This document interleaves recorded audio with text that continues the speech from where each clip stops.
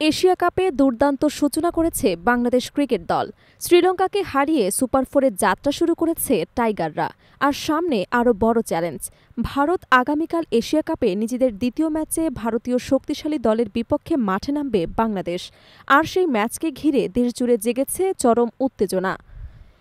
ম্যাচের আগে সংবাদ সম্মেলনে এসে আত্মবিশ্বাসী কণ্ঠে শোনা গেল বাংলাদেশ দলের প্রধান কোচ ফিল সিমন্সকে।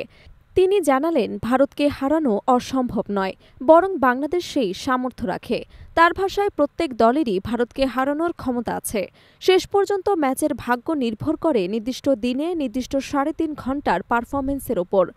আর সেখানে বাংলাদেশ চাইবে নিজেদের সেরাটা খেলতে, একই সঙ্গে ভারতকে ভুল করতে বাধ্য করতে। সিমন্স বলেন, ভারত অতীতে কী করেছে সেটা খুব গুরুত্বপূর্ণ কিছু নয়। আসল বিষয় হলো ম্যাচের দিনে তারা কেমন খেলে।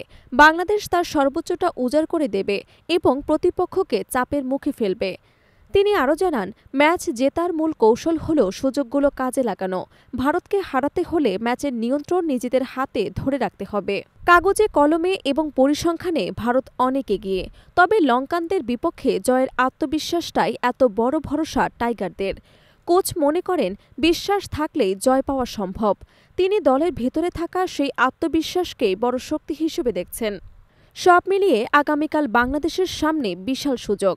শক্তিশালী ভারতের বিপক্ষে জয় শুধু সুপার ফোরের লড়াইকে জমিয়ে তুলবে না, বরং পুরো এশিয়া কাপে নতুন সমীকরণ তৈরি করবে। এখন দেখার পালা, টাইগাররা কি সত্যি ভারতকে হারিয়ে নতুন ইতিহাস লিখতে পারবে?